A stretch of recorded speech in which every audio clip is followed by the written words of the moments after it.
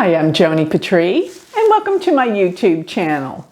Well, today I'm going to continue on with the very last house of my series, Secrets of the Houses. And yes, I almost missed the second house. Everyone informed me when I did the sixth house, hey, you haven't done the second house. You're right. So here I go. I'm going to talk about the second house, and what a house to miss. Probably this is the house that most people want to know the most about. Why? Because it deals with money. Everyone wants to know when and how they're going to make money. And the second house being an Artha house, the Artha houses deal with putting food on the table, making money, career, work. So the Artha houses are relative to the earth signs because the second house is affiliated with the second sign, which is Taurus. And these are the earth signs. The Artha houses deal with earth. So they are 2, 6, and 10. So the second house deals with the money we make, our income, whereas the sixth house deals with our work and our work conditions, while the 10th house is our career, our purpose. And you see, and if you want to look at the other earth signs, the sixth house is relative to Virgo, which is an earth sign, and the 10th house is relative to the 10th sign, which is Capricorn, dealing with career and profession. But let's focus on what the second house is all about. And it is your ability to bring in money in your life. And don't worry if you don't have a planet there. It's the planet that rules that house that will tell you everything about your income, finances, and money. You see, the second house really deals with from paycheck to paycheck. It's your salary.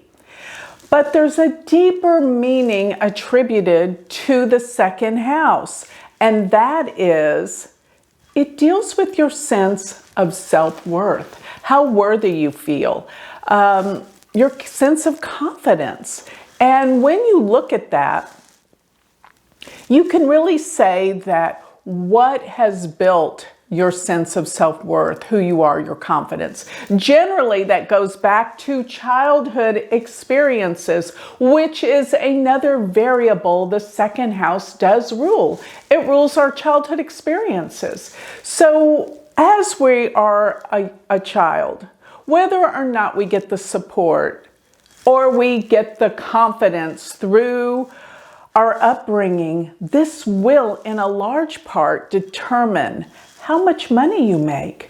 And in some cases, maybe the childhood experiences, there was a lack of security and very difficult times. That would denote someone that decides from that point of an early age, they're going to make money because they never want to be in the predicament that they experienced as a child. So you see, this builds your sense of who you are, what you're going to do with your life with the second house based on how you were raised, early childhood experiences. So therefore, people that have very difficult planets in the second house, they may have a very difficult childhood. As a matter of fact, they absolutely do.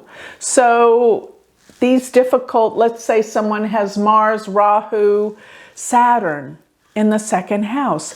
I guarantee you there was difficulty in their childhood. Now, always remember, I'm talking about the sidereal Vedic chart. I am not talking about Western astrology. So tropical Western astrology. So looking at that, make sure that you have the right system you're focusing in on for these charts. So if it deals with our finances, how much money we actually make.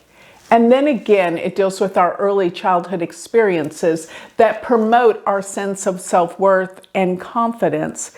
Remember where the first house was the head, and we're generally born head first. And so guess what the second house is? It's actually the face, the mouth, and the neck. That comes, after the first and on down through all 12 signs till you get to the 12th house, which rules, of course, your feet. But the second house, let's talk about if it rules the mouth and the face. It actually rules our eyesight too, our vision. You get some heavy malefics transiting through this house. Your eyesight may change. This is a fact. I noticed this when Rahu one time transited through my second house. All of a sudden, my eyesight changed from probably looking at computers all day, right? But that's a fact. Now, the next thing the second house deals with is the mouth. So it actually rules what comes out of the mouth in terms of your speech, and also what goes into your mouth in terms of how you eat or drink. People with first-rate malefics here may tend to have addictions such as smoking, drinking, taking in substances that are not healthy, eating poorly, heavy drinking, drugs. This can be when you have these malefics in the second house. And sometimes people can actually have eating disorders when you have very difficult planets in the second house because there's an issue on what goes in the mouth. But in terms of what comes out of the mouth, this can also deal specifically with our voice. How we speak. Somebody with malefics in the second house. And what are the malefics, by the way? Saturn, Mars, Rahu, Ketu. Those are the malefics. And believe it or not, in Vedic astrology, the sun is even considered a malefic, a mild malefic. So when you put these malefics there, and we're talking about our speech, this can be someone that cusses all the time, uses foul language, and maybe they talk negatively all the time. There's just not a wonderful orientation towards speaking. Now, if there are benefics there, beautiful benefics in the second house, people have a beautiful voice, and they may be singers, or maybe they just know how to word things and say things properly to get what they want out of people. So they're sweet talkers. They have a way with words. Venus there. You have a sense of poise and confidence, and you say the right things. Very socially adept. Because, people with Venus really strong have great social skills. They know how to behave and they have etiquette. Venus here in the second house would bring wealth, money, and a voice. As a matter of fact, Julie Andrews, the beautiful singer from The Sound of Music and all of these great movies from the past, she had, I can't remember exactly what benefic she had in her second house. I do know Jupiter was one of them.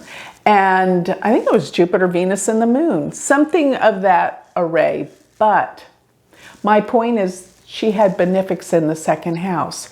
And she had a beautiful singing voice. Amazing. And that's how she made her money, through her voice. And benefics in the second house can also be speakers, people who speak, who are very, very good at their oratory skills. So they could be promotional people. They could be motivational speakers with powerful planets in the second house, especially if the ruler of the 10th is in the second house, they can be a speaker. So also talking about the second house in terms of the mouth can also be your teeth. People that have problems with their teeth, have to have a lot of oral surgery or things like that. They may have some very difficult planets in their second house. And notice, even if you don't have planets there, it's when planets transit through this house that they can bring all the aspects of what this house is about into your life, whether it be money, whether it be using your voice, power in the voice, or even losing your voice. Believe it or not, when Julie Andrews had Saturn transiting through her second house, she lost her voice. Yes, I think she had to have surgery and her voice was never the same. She never sang again. Yes, so the second house, let's talk a little bit about other things that you may not realize it pertains to. One of the things is family happiness. And if you have great planets in the second house, you had a great upbringing, a great childhood. You were happy as a kid. And let me just say this, it deals with family happiness. Even in the second part of life, when you're married, this can pertain to the happiness that you have within your family. And let me just say this, from house to house in the derivative house system, realize that the second house is the 8th house from the 7th. Now, what is the 7th house?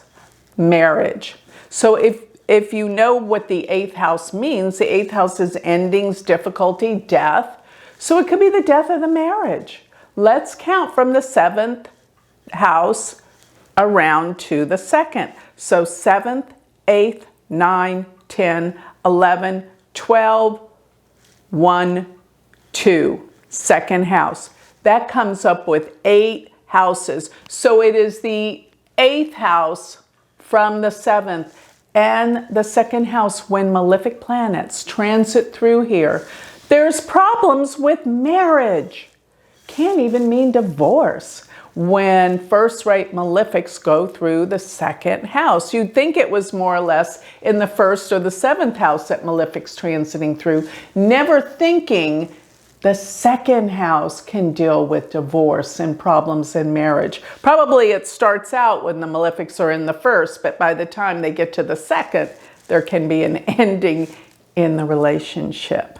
So that's one of the variables that I know the second house pertains to. So realize that it deals with family happiness and issues or good things around marriage. So the second house, it's the house that really deals with everything to do with our sense of self-worth, our sense of financial gains, when we're able to make money, when money comes in, when money doesn't come in, there can be an issue.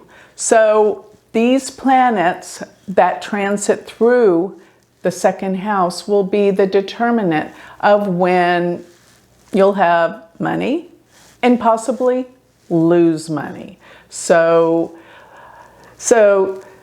Sagittarius ascendants right now, they have, and right now as I speak, at the end of 2020 that is, if you have a Sagittarius ascendant, then that means that Capricorn is your second house. And transiting Saturn's been sitting there, and it's not so easy financially just right now, but watch when Jupiter joins Saturn in the sign of Capricorn. That will be predominantly from, let's see, November 20th, 2020 through April 5th of 2021. There can be some financial gains because both Jupiter and Saturn are together transiting your second house of finances and money. So the second house is this quality of being able to make money, put food on the table, support yourself, give yourself self-esteem and confidence, relates to your childhood experiences and family happiness. And don't forget, everything to do with what goes in the mouth and comes out the mouth. So before I close, I want to talk about something a project I've been doing, and that is bringing you this beautiful jewelry. It's on my website, And this is a mala. And malas always have 108 beads on them. So you can do your affirmations and prayer works and really put it into your prayer work. That will help transform your life. Another thing is, my university is going to start the first semester in January. Get ready. This is the way that you're going to learn this beautiful, incredible tool of Vedic astrology. And everything I just talked about is in this book, which is Astrology, the Divine Order of the Universe. And here is my textbook for the university, which is, whoops, got it upside down here, Eastern Astrology for Western Minds. So check it out. You can buy the books on Amazon. Go to my website if you want to see the beautiful jewelry that we're offering right now. Don't forget to check out my university, which is University of Vedic Astrology.com. And my website, where you'll see all the jewelry, is galacticcenter.org. Thank you.